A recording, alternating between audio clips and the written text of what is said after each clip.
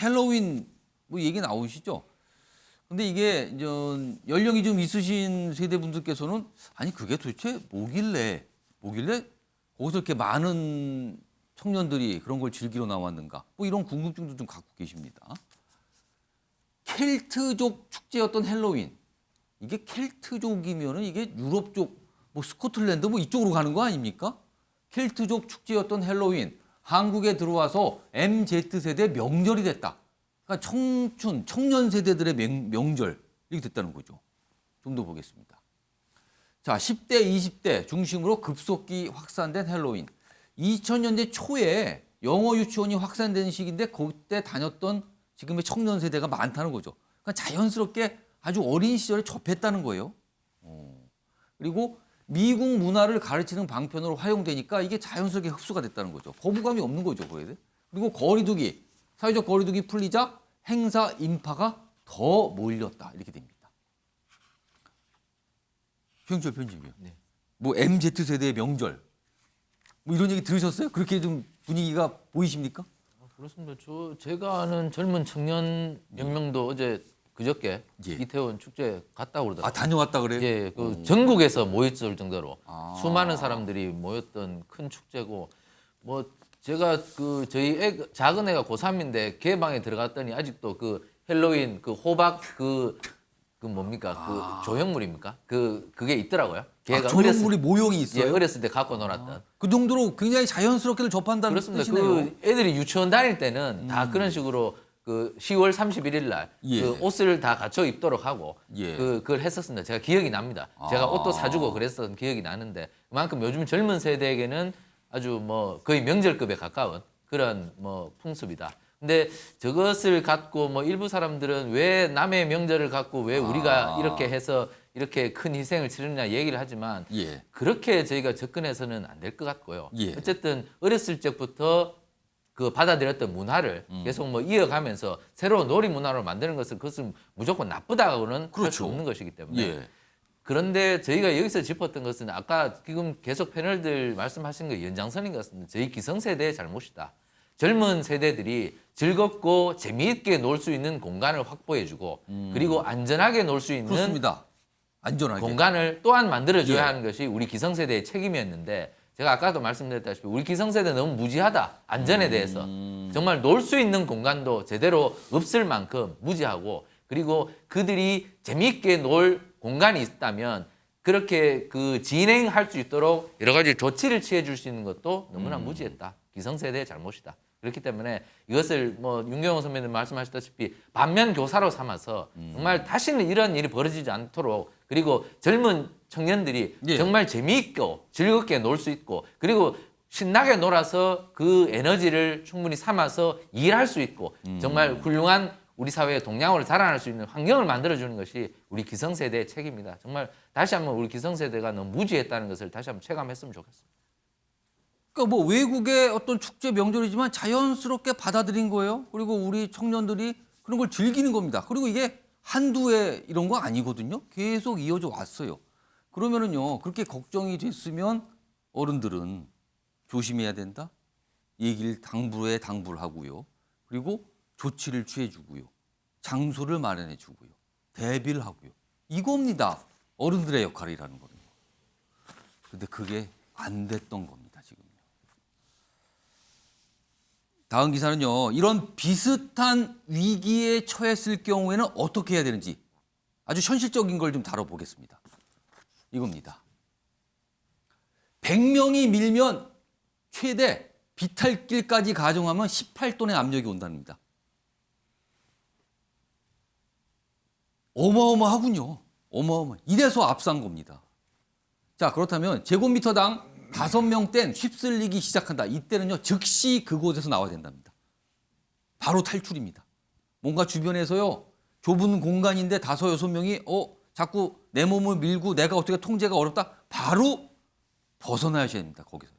있으면 안 되는 겁니다. 좀 더 보겠습니다. 자, 가슴 압박에 따른 질식사 이번에 굉장히 많았는데요. 만약에 이런 분위기잖아요. 그러면 팔짱을 끼고 내 가슴 앞에 공간을 확보해야 되는 겁니다. 팔짱을 끼거나 아니면 권투 선수들이 약간 방어하는 자세 있죠? 팔을 모으는 자세. 이렇게 해서 뭔가 공간 확보를 해야 된답니다. 위급시는 이렇게 하셔야 됩니다. 지금 그림도 나가죠? 저런 모습을 하셔야 된다는 거예요. 그리고요. 대형 사고 땐 예방 자세도 도움 안 된다. 어차피 저렇게 엄청난 압력이면요. 아무 소용이 없다는 거예요. 인파 몰리는 장소는 일단 조심하는 게 좋다는 겁니다. 그리고요. 혹시 압박을 받았어요. 그렇다면요. 이게 무슨 일이 있을지 모르는 거거든요. 바로 빠져나와서 검진입니다. 이거. 유준영 교수님. 이거 현실적인 얘기를 좀 해줘야 될 것 같아요. 이런 이태원 참사와 같은 그 직전 상황까지 비슷하게 왔어요. 어떻게 됩니까?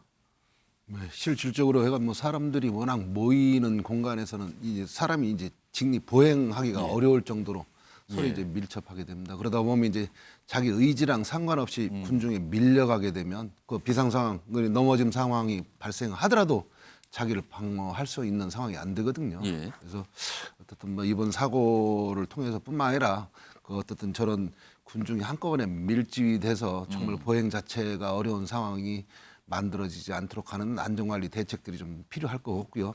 저런 상황에 만약 그 가게 된다면 어떻든 위험한 상황이기 때문에 그 상황을 벗어나서 안전을 확보하는 스스로의 노력 그리고 국민들의 안전 의식 이런 것들이 좀 더 필요하지 않나라는 생각을 합니다.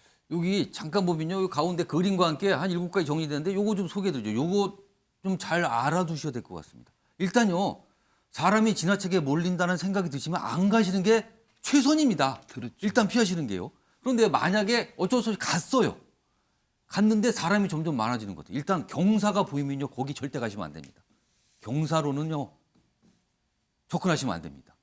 그리고 인파에 휩쓸리는 느낌이 들면 즉시 빠져나오게 돼. 이게 좀 애매하거든요. 인파에 휩쓸리는 느낌이라는 게 과연 무엇일까? 구체적으로 말씀드리면 전문가분들 물론 의견은 다양합니다만 전문가분 중에서 일부는 이런 말씀을 하세요.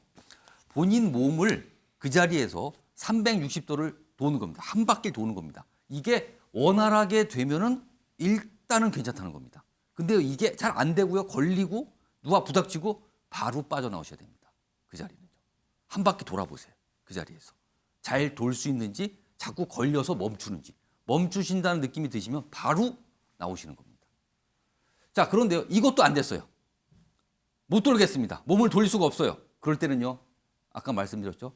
가슴 앞에 팔짱을 끼거나 권투 자세를 취하시는 겁니다. 공간 확보를 하셔야 됩니다. 이때는요. 이제는 탈출하는 게 불가능한 상황이 돼버린 거예요. 돌이킬 수가 없습니다. 대신에 생존을 위한 노력을 하셔야 되는 겁니다. 이겁니다.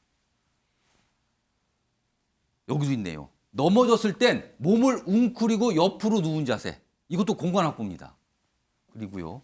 주변에 계신 분들은 즉시 심폐소생술 그리고 신고 이거 알아두셔야 됩니다.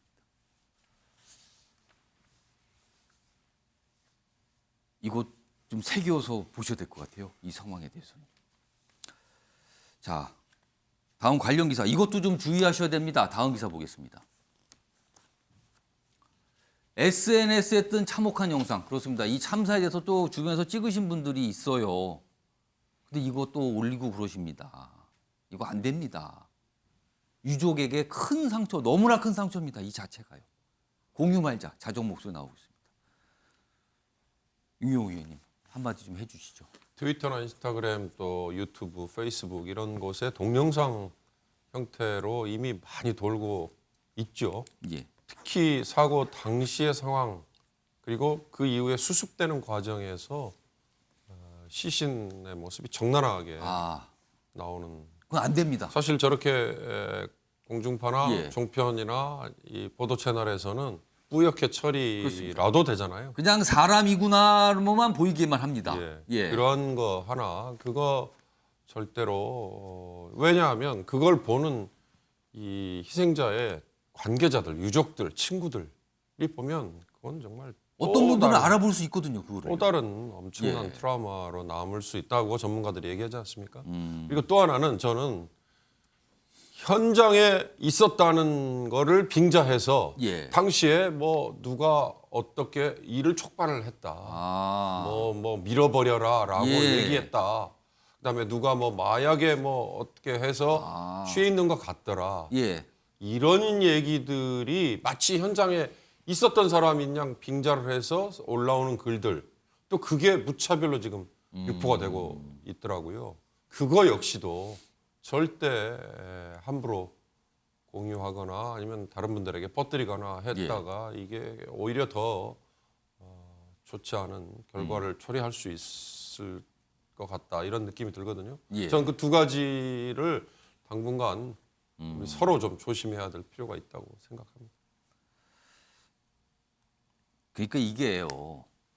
사실 이럴 때 필요한 게 동병상련이잖아요.